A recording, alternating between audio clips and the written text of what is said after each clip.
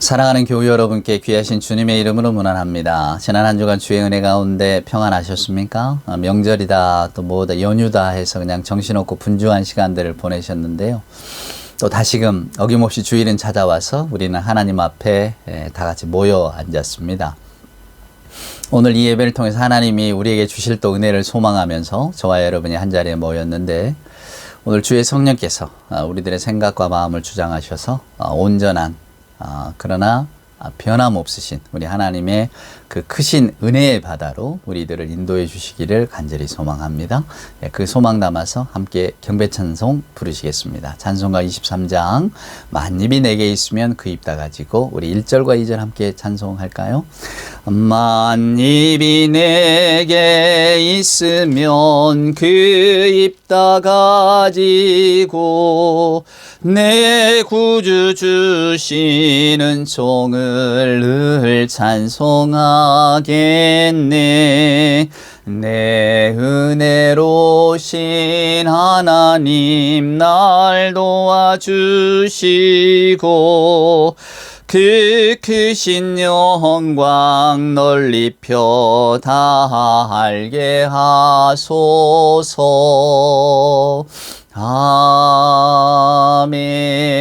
아멘. 사도신경으로 우리들의 신앙을 고백합니다.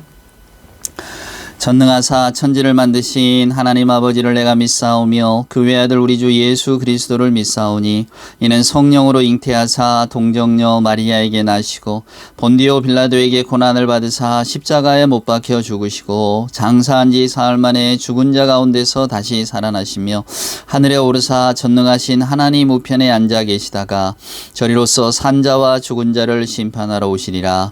성령을 믿사오며 거룩한 공예와 성도가 서로 교통하는 것과 죄를 사하여 주시는 것과 몸이 다시 사는 것과 영원히 사는 것을 믿사옵나이다. 아멘.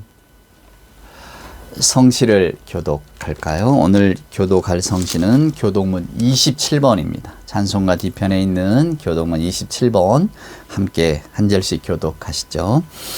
하나님이여 주의 인자를 따라 내게 은혜를 베푸시며 주의 많은 긍휼을 따라 내 죄악을 지워주소서. 나의 죄악을 맑게 씻으시며 나의 죄를 깨끗이 제하소서. 물은 나는 내 죄가를 아오니 내 죄가 항상 내 앞에 있나이다.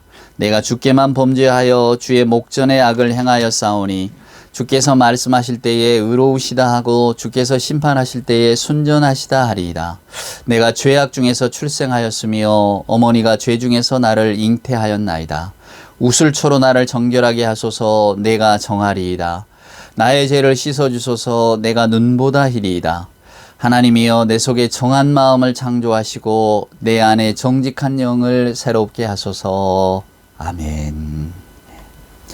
오늘 예배 찬송은 찬송가 28장입니다. 복의 근원 강림하사 찬송하게 하소서. 오늘 제가 설교 말씀을 준비하다가 오늘 이 찬송이 생각이 나서 함께 여러분과 불러보고자 하는 것입니다. 자, 찬송가 28장 1절과 3절 함께 찬송합니다. 복의 근원 강림하사 찬송하게 하소서. 한량 없이 자비하심 청량할 길 없도다. 천사들의 찬송 나를 내게 가르치소서.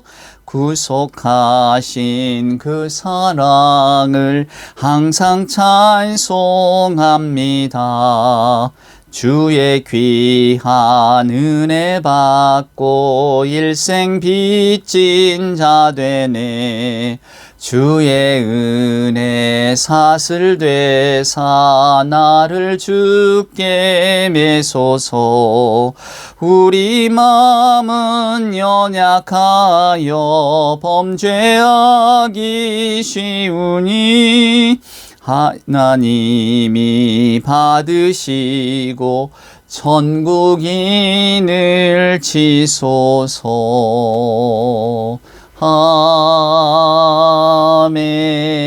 아멘. 함께 기도하시겠습니다. 사랑과 은총으로 함께 하시는 아버지 하나님 감사합니다. 이제 정말 가을이 왔습니다. 넓은 들에 풍요롭게 익어가는 가을의 곡식들을 기쁨으로 바라봅니다. 가을에는 기도하게 하소서라는 어떤 시인의 시구처럼 오늘 저희들 이 시간 마음 모아서 아버지 하나님 앞에 간절히 기도합니다. 하나님, 들판의 풍성함처럼 저희들의 신앙이 풍성한지요. 저희들의 신앙도 가을에 무르익은 곡식들처럼 성숙해 가고 있는지 곰곰이 성찰하게 하여 주시옵소서. 신앙인으로서, 생활인으로서, 또 한 교회의 교인들로서 저희들이 온전하게 교인다운 책임을 다하고 있는지 생각해 봅니다.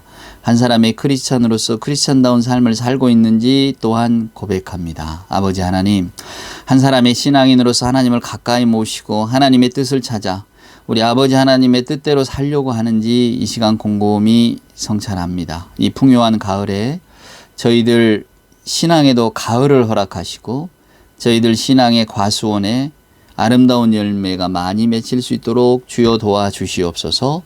욕심을 내려놓고 저희들의 생각을 또 저희들에게 향한 관심을 내려놓고 하나님의 말씀에 귀 기울이는 시간이 많아지게 하여 주시옵소서. 주의 음성을 듣는 시간도 많아지게 하시고 주께 영광을 돌리는 찬송을 부르는 시간 또한 많아지게 하여 주시옵소서. 아버지 하나님, 가을의 풍성함이 우리 신앙과 영혼의 풍성함으로 채워질 수 있도록 주께서 함께 하여 주시옵소서. 이 시간 주님의 귀하신 말씀을 사모하여 기다립니다.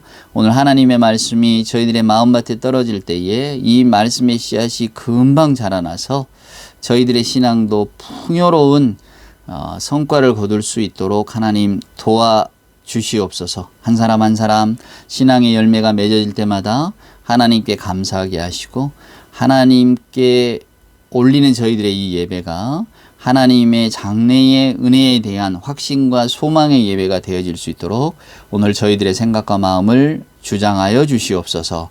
감사드리옵고 우리 구주 예수님의 귀하신 이름으로 간절히 기도드리옵나이다. 아멘. 오늘 우리에게 주시는 하나님의 말씀, 우리가 너무나 잘 아는 마태복음 6장에 있는 말씀을 가지고 또 한 번 은혜를 나누도록 하겠습니다. 제가 최근에 아주 이 말씀에 큰 감동이 있었는데요. 우리가 잘 아는 마태복음 6장 24절부터 이렇게 쭉 보아야 되는데 먼저 이 말씀만 한번 제가 읽어볼게요. 31절부터 한번 보겠습니다. 그러므로 염려에 이르기를 무엇을 먹을까 무엇을 마실까 무엇을 입을까 하지 말라. 이는 다 이방인들이 구하는 것이라. 너희 하늘 아버지께서는 이 모든 것이 너희에게 있어야 할 줄을 아시느니라. 너희 하늘 아버지께서 이 모든 것이 너희에게 있어야 할 줄을 아시느니라. 제가 얼마 전에 이 머리를 잘랐습니다. 근데 이렇게 좀 길어서 잘랐는데 앉아 있는데 뭐가 이렇게 우두둑 이제 미용사가 머리를 자르니까 떨어질 것 아닙니까? 근데 막 하얀 가루 같은 게 떨어지는 거예요. 제가 얼마나 놀라고 민망했는지 내 머리 혹시 내가 이렇게 비듬이 지금 이렇게 떨어지는가? 얼마나 놀랐는데 비듬이 아니고 이 흰 머리였어. 제가 이 옆에가 다 흰 머리입니다. 잘 안 보이시죠? 저도 가끔 이제 거울에서 이렇게 흰 머리가 있다는 걸 알고 많이 났다는 걸 알지만 이렇게 미용사 자르면서 우두둑 떨어지는 게 그 하얀 가루 같은 게 비듬으로 착각할 정도로 하얀 게 확 떨어지니까 놀랬다가 또 한편으로 이게 비듬이 아니고 내 머리카락이구나 또 안도했다가 또 한편으로는 아이고 벌써 이렇게 흰머리가 내가 많이 났구나 하는 생각에 살짝 좀 복잡한 생각이 들었는데요. 그때 문득 이사야 선지자가 이스라엘 백성에게 이런 이야기를 들려줍니다. 하나님의 음성이죠. 너희가 백발이 되기까지 내가 너희를 품을 것이라. 내가 지었은즉 내가 업을 것이요 내가 품고 구하여 내리라. 이런 말씀을 하거든요. 이사야 46장에 이런 말씀이 있습니다. 그러니까 네가 백발이 되기까지 내가 너희를 품는다. 내가 지었으니까 내가 너희를 업을 것이고 내가 품고 구하여 내리라. 그 말씀이 생각이 나면서 그래 맞아. 성경은 이 백발 머리가 휘어진다는 것에 대해서 오히려 축복인 것처럼 이야기하는데 이런 뜻인가? 머리가 해서 떨어지는가? 그 말씀이 생각이 나더라고요. 맞습니다. 그러면서 오늘 이 말씀을 떠올리게 됐는데요. 우리는 흔히 이제 크리스찬이 되면 우리가 감사할 줄 알아야 된다. 우리 말끝마다 감사라고 하잖아요. 다 하나님의 은혜고 감사합니다. 이러는데 과연 우리가 이 말씀을 들으면 백발이 되기까지 내가 너를 업을 것이다. 너를 지킬 것이다. 이렇게 하면 이 말씀을 우리가 감사해야 될까? 아니다. 이것은 감사를 해야 될 문제가 아니구나. 우리가 감사하기보다는 하나님의 이 약속에 대한 어떤 확신을 가지고 살아야 되는구나 라는 생각이 들었어요. 그러니까 어쩌면 여러분 감사라는 것은 하나님이 내게 이걸 좀 해주셨으니까 내가 이 은혜를 받고 내가 감사하지. 그러면 그 다음에 이제 무슨 생각이 드느냐면 저와 여러분의 마음속에 자연스럽게 일어나는 감정은 내가 은혜를 받았으니 뭔가 하나님께 해드려야 되는 거 아닌가? 이런 생각 말입니다. 그래서 저도 이게 내가 하나님이 내게 주신 은혜가 있다면 내가 과연 하나님의 일을 어떻게 감당하면서 하나님께 받은 이 은혜를 갚을 것인가 이 생각을 참 오래 하고 신앙생활을 했던 것 같아요. 그런데 문득 이 신앙생활이라고 하는 것은 하나님의 은혜에 대한 감사의 마음, 물론 그것도 중요하죠. 그것도 중요하지만 그 감사의 마음으로 우리가 하나님의 은혜를 되갚은다고 생각했을 때 이건 마치 부채의식처럼 우리에게 주어질 수가 있겠구나.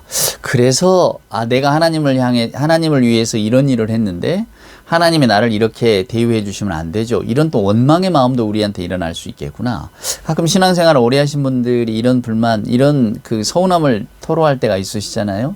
내가 그 누구보다도 하나님의 일을 열심히 하고 하나님의 교회를 잘 섬겼는데 하나님은 왜 내게 이런 큰 복을 안 주시는지 모르겠다. 오히려 복보다는 내 인생에 좀 후회스러운 일이 많은 것 같다. 이렇게 좀 그 실망하신 분들의 이야기를 저는 목회하면서 많이 듣는 경우가 있었거든요. 이게 이런 거구나. 감사가 중요하지만 그 감사로 인해서 우리의 마음이 하나님의 은혜를 내가 조금이라도 갚아야 된다라고 하는 이게 부채의식으로 가버리면 신앙생활이 기쁘기보다는 어떤 의무적이 되겠구나. 혹시 지금 이 말씀을 듣는 분들 가운데 신앙생활이 좋기는 하지만은 내게는 어떤 의무의식, 부채의식이 있어요 라고 하는 분들은 오늘 이 말씀을 묵상하면서 그걸 다 털어버리시기를 바랍니다. 믿음이라고 하는 것은 여러분, 우리 신앙생활이라고 하는 것은 하나님이 내게 베풀어 주신 은혜를 기억하는 거예요. 그거는 강렬하고 기쁨에 찬 감사죠. 하나님이 내게 어떤 은혜를 주셨다. 나 같은 죄인 살리신 그 은혜 놀랍죠. 너무 감사하죠. 하지만 그럼 우리가 그 감사의 마음을 품고 그럼 어떻게 신앙생활 할 것이냐? 장래에 하나님께서 우리에게 주실 그 은혜, 하나님의 그 약속을 믿으면서 강렬하고 기쁨에 찬 확신을 가지고 살아야 되겠구나 라는 생각이 들었어요. 흩날리는 백발을 보면서 이 흰머리 내가 늙었구나가 아니라 하나님께서 너희가 백발이 되기까지 내가 너희를 품을 것이다. 내가 지었은즉 내가 업을 것이요 내가 품고 구하여 내리라. 이 말씀을 기억하면서 우리가 이제 내가 늙었나 봐요. 내가 점점 이제 더 노쇠해지나 봐요. 이게 아니고 하나님께서 나를 업으신다는데 하나님이 나를 품고 구하여 내신다는데 오히려 그러면 내 미래의 삶은 어떻게 될까? 내 노년의 삶은 어떨까? 아니면 내가 앞으로의 삶은 어떨까? 이런 강렬한 기대를 가지고 살아야 되지 않겠습니까? 곰곰이 생각해 보면 오늘 말씀도 마찬가지지만은 우리 예수님은 저와 여러분에게 너희들은 왜 감사할 줄 모르냐? 이런 말씀을 많이 안 하셨어요. 거의 안 하셨어요. 감사하고 살아야 된다. 하나님의 은혜에 감사할 줄 아는 사람이 돼야 된다. 이런 말씀보다는 오히려 예수님은 너희들은 왜 이렇게 믿음이 없냐? 믿음이 적은 자들아. 너희 믿음을 어디에서 찾아볼 수 있겠느냐? 믿음에 관한 이야기를 많이 하셨어요. 근데 그 믿음에 관한 이야기가 뭔가를 생각해 보면 여러분 어떤 생각이 드십니까? 믿음이라고 하는 것은 하나님의 이 약속에 대한 신뢰입니다. 하나님께서 예수 그리스도를 보내주셔서 나를 구원해 주셨다? 감사하죠. 이게 하나님의 크신 은혜입니다. 근데 하나님의 더 큰 은혜는 뭐냐면 내가 백발이 되도록까지 너를 지켜 보호할 것이다. 내가 지었은즉 너를 업고 내가 지켜주리라 라고 하는 이 하나님의 말씀에 대한 신뢰가 아닐까 하는 생각이 든 거예요. 예수님이 말씀하신 믿음이라고 하는 것이 바로 이런 것이구나. 그러니까 우리가 하나님의 은혜에 감사를 해야 되지만 그게 마치 내가 빚을 갚아야 되는 제가 무슨 부채의식을 가지고 하나님 앞에 나아가서 전전긍긍하면서 하나님께 받은 은혜가 이만한데 나는 오늘 하나님께 이만큼밖에 못 갚고 있구나. 이거 어떡하나. 죄송해서 어떡하나. 이 마음으로 신앙생활 하는 게 아니고 하나님이 내게 장래에 약속하신 그 은혜를 생각하면서 오늘 내 형편과 처지가 어떠하든지 간에 이게 하나님을 향해서 기쁘게 나아가야 되겠구나. 하나님의 말씀에 대한 신뢰가 내게 있어서 그 강렬하고 기쁨에 찬 확신을 가지고 살아야 되겠구나. 예수님이 말씀하신 믿음 생활이라는 게 바로 이런 거구나 라고 하는 사실을 알게 되었다 그 말입니다. 여러분은 어떠십니까? 그러면서 이제 오늘 이 말씀을 읽으니까 이 말씀이 달리 읽히는 거예요. 여러분 한번 보실래요? 자, 25절에 무슨 말씀을 하시냐면, 자, 내가 너희에게 이르노니 목숨을 위하여 무엇을 먹을까 무엇을 입을까 몸을 위하여 무엇을 입을까 염려하지 말라. 목숨이 음식보다 중하지 아니하며 몸이 의복보다 중하지 아니하냐. 자, 예수님은 무엇을 먹고 마실까 너무 염려하고 근심하지 말라는 거예요. 그거보다 더 중요한 게 있다. 그게 뭐냐? 너희들의 생명이고 너희들의 목숨이다.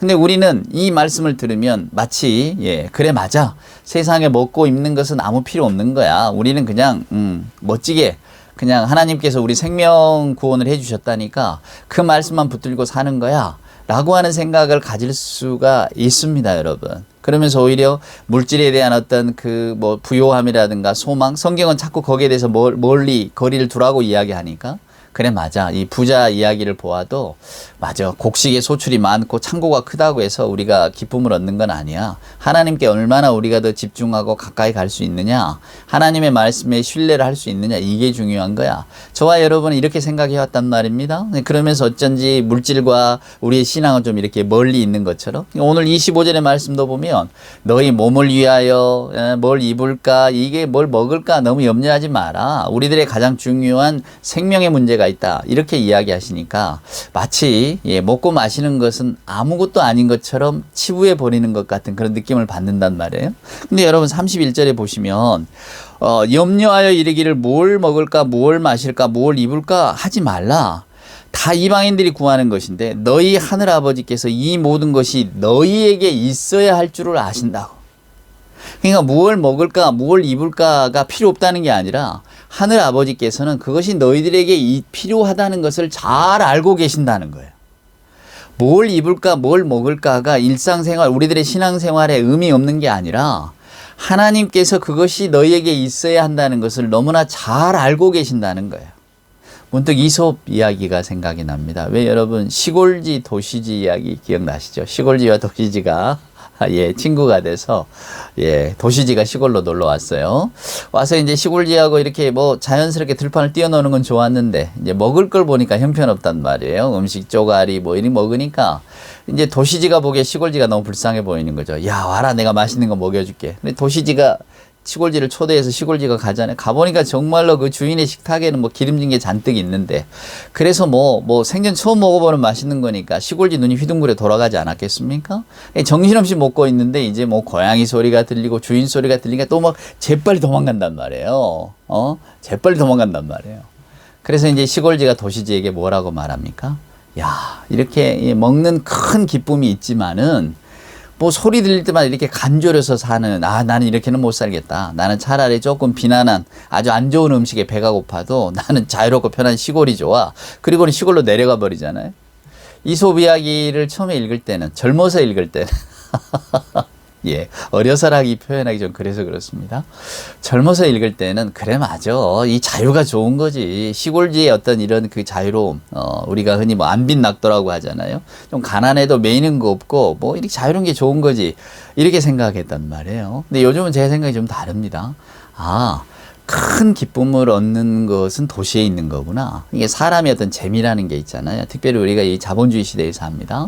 자본주의는 자유를 빙자한 경쟁이잖아요. 이게 경쟁의 가장 큰 그 매력이라고 하는 것은 이게 승리가 주는 기쁨입니다. 제가 언젠가 여러분께 말씀드린 기억이 납니다만은 저도 어려서 시골에 자라서 그 경쟁이 주는 기쁨을 알아요. 시골이니까 모이는 이렇게 개체수도 적잖아요. 우리 사람들이 많지 않고. 그러니까 거기에서 조금만 잘하면 막 1등도 하고 막 이게 앞서가는 그 기쁨을, 그러니까 오히려 시험이 오는 걸 기다리는. 왜냐하면 내가 1등을 증명해야 되니까. 그랬던 어린 시절이 저에게도 있었거든요. 그러니까 재미가 있어요. 그 경쟁하고 이기고 그런 것들을 제가 모르는 게 아닙니다. 그러니까 이 자본주의라고 하는 것이 인간의 마음을 끌어당기는 게 있단 말이에요. 승리주의, 이긴 자가 다 갖고 자기 능력에 따라 갖는 것, 아주 매력적인 겁니다. 그런데 한편으로는 이렇게 사는 것이 꼭 좋은 것이냐. 그래서 뭐 나는 자연인이다 이런 걸 보면 산속에 들어가서 혼자 사는 사람들, 많은 분들이 텔레비전을 보면서 그런 삶을 동경하는, 맞아, 저렇게 살아야 돼. 이러지만은 막상 정말로 그런 삶을 살라고 갖다 놓으면 살 사람이 얼마나 있을까? 거의 없을 겁니다. 왜냐하면 우리는 이미 도시나 자본주의가 주는 큰 기쁨을 알아요.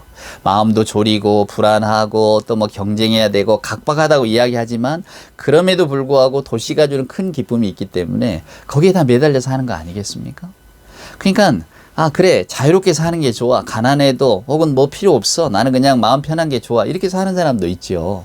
하지만 이 도시가 주는 큰 기쁨이 분명히 있단 말이에요. 대부분의 우리들은 이 기쁨을 쫓아 살아갑니다. 그렇지 않습니까? 뭐가 옳다고 이야기할 수 있겠어요? 뭐가 옳다고 이야기하는 것은 벌써 자기 생각을 이야기하는 거 아니겠습니까? 여러분, 걸리버 여행기 아시죠? 아이들에게 읽혀주는 걸리버 여행, 그렇게 생각하지만 실은 그 걸리버 여행기라고 하는 그 책이 정말 어마어마한 책입니다. 조나단 스위프트라고 하는 그 영국의 작가인데 이분이 누구냐면 원래 성공의 우리 식으로 말하면 목사님이에요. 신학 박사까지 받은 분이란 말입니다. 그분이 이제 다 그만두고 이제 나중에 소설을 쓰시는데, 그러니까 그 소설 속에는 자기의 그 신앙적인 생각, 정치, 종교적인 생각이 다 들어가 있어요. 그게 어마어마한 책이에요. 여러분은 이제 시간이 되면 다시 한번 그 걸리버 여행기를 한번 꼭 읽어보세요. 거기 보면 뭐 소인국도 나오고 거인국도 나오고 뭐 우리가 뭐 라퓨타도 나오고 다 나와, 이상한 나라들이 막 나오는데 재미나요. 근데 거기 보면 오늘 제가 드리려고 하는 말씀은 그 소인국에 갔을 때 걸리버가 희한한 광경을 봅니다. 소인국 두 나라가 서로 싸워요. 근데 왜 싸우는지 아십니까? 자, 달걀을 삶았어요. 달걀을 삶았으면 우리가 어디를 깨트려 먹어야 되나요? 껍질 이렇게 둥그런 데를 위를 깨트려야 된다, 혹은 아래를 깨트려야 된다. 이거 갖고 싸워요. 그러니까 물론 걸리버 여행기는 그것들을 풍자하는 거죠. 보아라 말이야. 전쟁이라고 하는 것은 이렇게 어처구니 없는 것 때문에 일어난다고. 왜 우리도 옛날에 뭐 예속 논쟁할 때 여러분, 이 옷 말입니다. 옷을 이렇게 겹쳐 입냐 이렇게 겹쳐 입냐 갖고 3년을 싸웠잖아요. 무수히 많은 사람들이 죽어나갔습니다. 조선의 당쟁 시대의 말이에요. 우리는 그걸 잘 알고 있어요. 아니 이렇게 하면 어떻고 저렇게 하면 어떻습니까? 그 예법에 어긋나니 어쩌느냐 하면 싸웠는데, 근데 그 걸리버 여행기도 보면 원래 그 달걀은 그냥 원래 법이 말입니다. 그 나라의 법이에요. 어디를 깨트려도 상관없다. 그냥 편리한 대로 깨트려 먹어라. 이게 법이었어요. 근데 어느 누가 이게 넓은 데를 깨트려야 된다. 또 어느 누구는 좁은 데를 깨트려야 된다. 뾰족한 데를 깨트려야 된다. 이러다 보니까 서로 싸움이 난 거거든요. 지금 오늘날 우리들의 정치가 마찬가지 아닙니까? 백성들 편안하게, 국민들 편리하게 해주면 되는데 각각 진영 논리라고 하잖아요. 내 말이 옳아, 우리 말이 옳아 이러면서 그냥 이렇게 서로 다투고 있잖아요. 이 정치라는 게 참 묘한 운동이. 그냥 정치는 다른 게 필요 없어요. 지식도 뭐도 다 필요 없습니다. 목소리만 크면 이기는 거예요. 내가 옳다고 이야기하면 되는 거예요. 자, 그래서 그런지 사람들은 하여간 서로 모여서 내 편을 만들기를 좋아합니다. 자, 이솝우화의 시골지 도시지를 보면서 어느 누가 나는 시골지의 삶이 옳다고 생각해 이렇게 말할 수 있겠어요. 시골지는 그 삶이 좋으니까 그렇게 사는 거고, 도시지는 그 삶이 좋으니까 그렇게 사는 겁니다. 하지만 인간의 마음이 어디로 가 있느냐는 우리가 뭐가 옳다 그러다 말할 수가 없는 거예요. 중요한 것은 그러면 성경은 시골지 편을 들고 있느냐? 아니에요. 오늘 분명히 말씀하잖아요. 자, 무엇을 먹을까, 무엇을 입을까 염려하지 말라. 너희 생명이 더 중요하지 아니야. 우리는 그 말씀을 읽으면서 맞아. 우리에게 중요한 건 생명이지 우리의 생활이 아니야. 이렇게 생각할 수 있단 말입니다. 그리고 교회가 오히려 청빈을 이야기하고 야, 너희들 그렇게 살면 안 돼. 물질에 욕심을 두면 안 돼. 이렇게 이야기를 만약에 그게 옳다고 가르쳤다고 보면 그 다음 구절에서 막히는 거예요. 저도 이 말씀을 좀 소홀히 그냥 흘렸던 경향이 있었던 것 같은데 요즘은 이 말씀이 더 크게 들어옵니다. 뭐라고 말합니까? 하나님께서 이렇게 말씀하시는 거예요. 그것이 너희에게 있어야 할 줄은 하늘 아버지가 다 아신다고.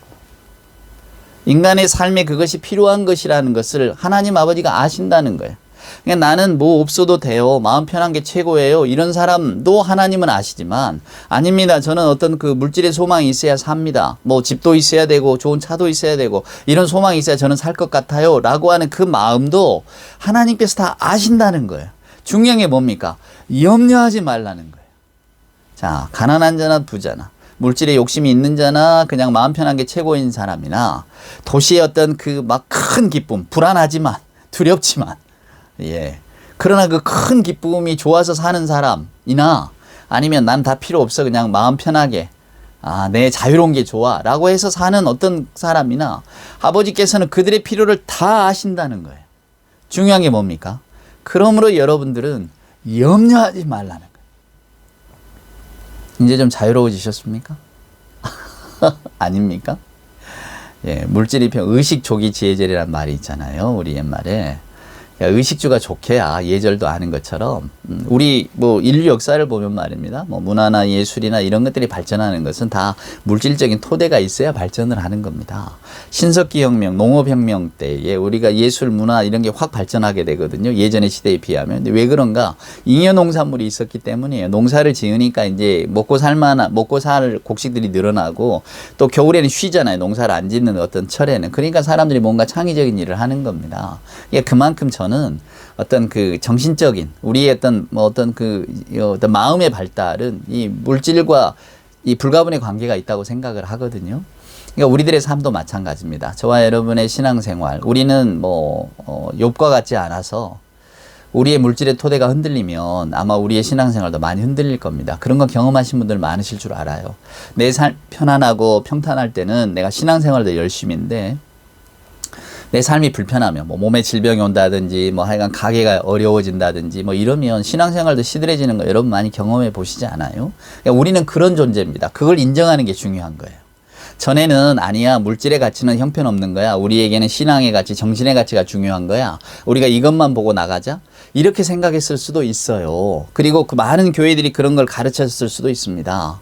근데 오늘 말씀을 보면 하나님께서는 분명 우리 예수님께서 하늘 아버지께서 너에게 뭘 입고 먹는 거 이게 필요 없다, 소용없다, 하나님 생명이 중요하다, 이것만을 강조하신 게 아니에요. 분명 오늘 이 말씀을 보면 그것들이 너희에게 있어야 하는 것임을 아버지께서 다 알고 계신다는 거예요.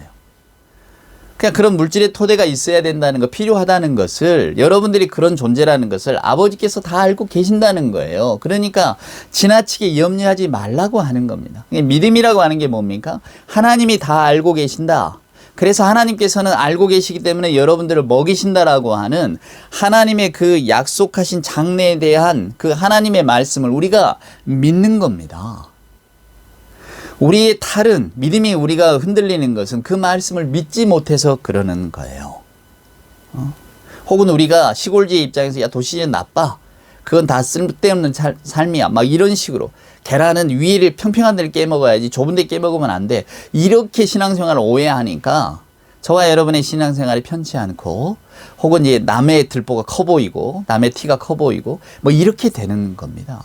근데 오늘 예수님의 말씀은 상관없단 말이야. 그런 거 가지고 다투지 마라. 오직 중요한 것은 하나님이 우리에게 베풀어 주실 그 은혜, 지금 베풀어 주신 것에 대해서 우리가 감사하지만 앞으로 우리에게 주신다고 하는 그 은혜를 바라보면서 담대하게 살아가자라고 하는 겁니다. 여러분, 그러니까 하나님의 은혜를 나는 갚아야 돼, 전전긍긍하면서 내 삶을 다 조절해야 돼, 내가 하나님의 은혜를 얼마나 크게 받았는데 내가 지금 이렇게 살면 안 돼, 뭐 이렇게 해서 자기 자신을 쳐서 복종시키고 뭔가 금욕적으로 살아가고, 이게 신앙생활이라고 말씀하지 않아요. 오히려 그것은 하나님의 은혜를 더 무가치하게 만드는 일입니다. 우리가 하나님의 은혜를 못 갚아서 전전긍긍하면 하나님께서 그걸 기뻐하시겠습니까? 누가 너한테 그런 빚진 자의 마음으로 살려든?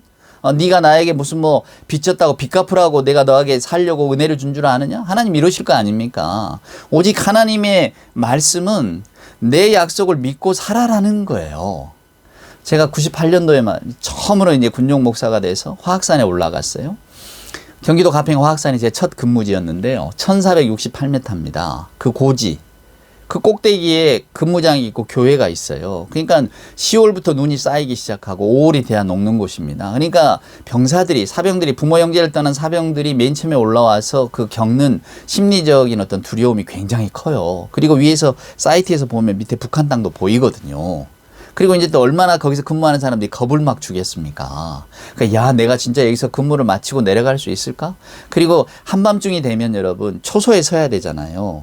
초소를 지켜야 된단 말입니다. 1468m 그 산 꼭대기에 초소에 혼자씩 있어요. 밤에 저희가 야간 이문이라고 그래서 이제 라면도 끓여가고 뭐 합니다만 가보면 애들이 다 공포 가운데 있단 말이에요. 얼마나 두렵겠어요, 여러분. 그 밤에 산에 겨울에 바람은 몰아치지 말이에요. 혼자 이렇게 4시간씩 근무를 서야 되는데 얼마나 무섭겠습니까? 없던 것도 눈에 다 보이죠. 예. 하얗게 그냥 날리는 뭐 나무만 흔들려도 저게 무슨 뭐 귀신 같고 내가 금방 죽을 것 같거든요. 그 처음에 가서 그 아이들 이렇게 보니까 아, 이게 아니구나. 내가 이 아이들의 이 마음속에 공포를 좀 없애줘야 되겠구나. 그런 생각이 들더라고요. 그래서 아이들을 모아놓고 이제 처음에 예배를 드리면서 아이들에게 베드로전서 5장 7절의 말씀을 함께 나눴어요. 너희 염려를 다 주께 맡기라고. 왜? 이는 그가 너희를 돌보신다고. 염려가 없다고는 말하잖아요. 두려움이 없다, 공포가 없다 말하지 않아요. 그것을 주님께 맡기라고. 염려가 있을 때에 그것을 주님께 던져버리라고. 하나님, 나 지금 두렵습니다. 공포스럽습니다. 제가 너무 무서워 죽겠어요. 저는 못 이길 것 같아요. 근데 하나님께 이걸 던져드립니다. 하나님께서 좀 이걸 좀 맡아주세요라고. 여러분, 우리가 운전을 하다 보면 막 그 비바람이 몰아칠 때 한번 생각해 보세요. 빗방울이 막 떨어지면 얼마나 무섭게 떨어집니까? 차창이 다 가리잖아요. 그때 우리가 어떻게 하나요? 차를 멈추나요? 네, 운전 못 하나요? 아니잖아요. 우리에게 뭐가 있습니까? 와이퍼가 있잖아요. 막 빗방울 다 털어져 나가잖아요. 시야가 확보가 되잖아요, 여러분. 우리 삶에 어떤 공포나 두려움이나 문제가 없을 수가 없죠, 여러분. 성경은 그런 게 없어진다고 말하지 않아요. 그런 것은 도처에 널려 있다 그 말입니다. 우리 믿음의 사람들도 도처에 그런 시험 가운데 만나요. 시험을 만나고 구덩이를 만나고 웅덩이를 만납니다. 그때 성경이 뭐라고 말합니까? 구덩이가 없어질 거야. 너에게는 모든 것들 다 평탄하게 해줄 거야. 이렇게 말씀하지 않아요. 그 염려를 맡기라고 이야기하지. 던져버리라는 겁니다. 하나님이라고 하는 와이퍼에다 씻어내라는 거예요, 여러분. 그게 오늘 말씀의 핵심입니다. 염려를 없애려면 그럼 어떻게 해야 되느냐? 하나님의 장래의 은혜에 대해서 우리 마음을 던지는 거예요. 거기에다가 확신을 갖는 겁니다. 그게 예수님이 말씀하신 거예요. 믿음이 적은 자들아. 왜 믿음이 없냐 그 말이에요. 왜 하나님의 약속에 대한 신뢰가 없냐 그 말입니다. 오늘 여러분 26절에 보세요. 공중의 새를 보라고. 공중의 새를 보라고. 저것들도 다 먹이지 않느냐. 주님의 말씀은 그거예요. 우리는 새보다 더 훨씬 존귀한 존재라는 겁니다. 새보다도 들에 핀 백합화보다도 훨씬 더 존귀한 게 바로 우리들인데 그 우리들을 만드신 이가 오늘 성경에 나오잖아요. 내가 지었은즉 내가 업을 것이요. 하나님이 만들어주시고 하나님이 지어주셨는데 하나님께서 그것을 업고 품고 구하여 내리라 약속하지 않았냐 그 말. 우리는 그런 존재라는 겁니다. 초조해하지 말라는 거예요. 염려함으로 키를 한 자나 더 할 수 있느냐? 더 할 수 없다는 겁니다. 염려와 근심은 하나님께 맡겨 버리라고 하는 거예요. 들의 꽃보다 공중나는 새보다 우리가 더 귀하다. 하나님이 우리를 돌보신다는 거예요. 그 핵심이 뭡니까? 우리에게 뭐가 있어야 할 줄을 아버지는 아신다는 거예요.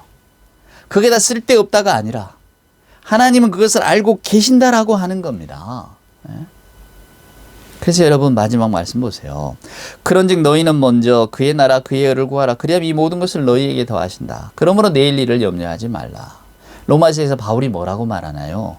아버지께서 우리를 얼마나 귀하게 생각하셨으면 자기 아들을 내주셨다 그 말이에요. 자기 아들을 아끼지 아니하신 우리 모든 사람을 위하여 자기 아들을 아끼지 아니하신 그 아버지가 그 아들과 함께 모든 것을 우리에게 왜 안 주시겠냐? 그냥 좀 믿고 살자는 거예요. 그래서 여러분 우리가 다투고 싸워야 될 것은 우리의 불신앙입니다. 그 불신앙은 뭐냐면 하나님의 장래의 은혜를 확신하지 못하는 거예요.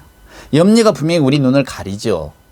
비바람 폭풍과 몰아치죠. 그때 우리가 해야 될 일은 가만히 눈 감고 있을 게 아니라 와이퍼를 치고 그것을 없애는 일입니다. 장래의 은혜, 하나님의 약속을 믿고 우리가 용감하게 그걸 던지는 거예요. 왜? 하나님이 분명히 우리에게 약속을 해주시잖아요. 하늘 아버지께서는 이 모든 것이 너희에게 있어야 할 줄을 아신다고. 필요 없다가 아니라.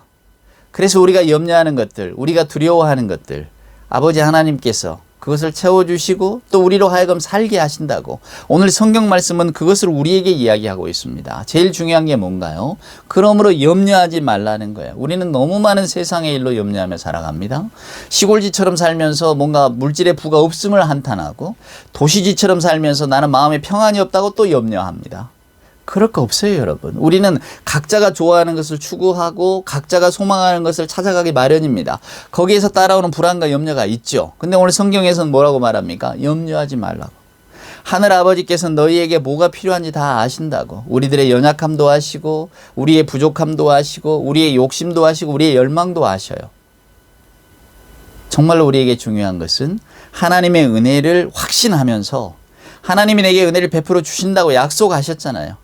하나님이 너를 업고 가신다고 약속하시잖아요. 백발이 되기까지 너를 업고 갈 것이고, 내가 너를 지었은즉 내가 너를 품으리라, 구하여 내리라 약속하셨으니까 그 약속의 말씀을 믿고 살아가는 겁니다. 오늘 주님의 입을 빌려서 아버지 하나님께서 당신의 속마음을 드러내 주시잖아요. 그러므로 염려하지 말라. 그러므로 염려하지 말라. 우리 아버지께서는 우리에게 뭐가 필요한지 다 아신다고. 오늘 여러분 이 말씀으로 여러분의